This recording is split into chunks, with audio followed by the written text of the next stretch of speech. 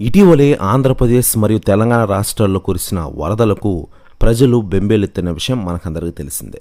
చాలామంది నిరాశలైన విషయం మనకందరికీ తెలిసిందే. ఇక ఇదిలా ఉండగా మరోవైపు సినీ సెలబ్రిటీలు కూడా చాలామంది ప్రజలకు సహాయార్థం తమ వంతు విరాళాలు ప్రకటించిన విషయం తెలిసిందే. మరీ ముఖ్యంగా ఆంధ్రప్రదేశ్ రాష్ట్ర డిప్యూటీ సీఎం హోదాలో పవన్ కళ్యాణ్ గారు ఈసారి ప్రజలకు గట్టి సాయమే చేశారు. దాదాపు 6 కోట్లు 2 తెలుగు రాష్ట్రాలకు ప్రకటించిన విషయం మనకందరికీ తెలిసిందే. 5 కోట్లు తెలుగు రాష్ట్రాలైన ఆంధ్రప్రదేశ్కి మరియు 1 కోటి తెలంగాణ రాష్ట్రానికి ప్రకటించిన విషయం తెలిసిందే. ముఖ్యంగా 400 గ్రామ పంచాయతీలకు ముంపుకు గురైన విషయం తెలిసిందే. దీంతో ఒక్కో పంచాయతీకి 1,00,000 చొప్పున పవన్ కళ్యాణ్ గారు ప్రకటించిన విషయం తెలిసిందే. ఇదంతా పవన్ కళ్యాణ్ గారి సొంత నిధులతో ప్రకటించిన విషయం తెలిసిందే. ఇక అప్పటి నుంచి పవన్ కళ్యాణ్ గారి గురించి అందరూ స్పందించిన విషయం తెలిసిందే.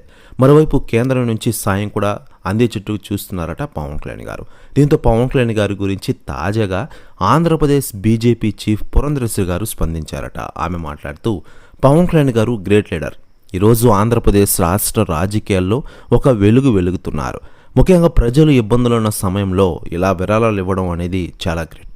అసలు కేంద్రంలో పవన్ కళ్యాణ్ గారు చెప్పిన మాట, ఆయన క్రేజ్ చూస్తే నాకే మతిపోతోంది అంటూ సంచలన వ్యాఖ్యలు చేశారట పురంధరేశ్వరి గారు.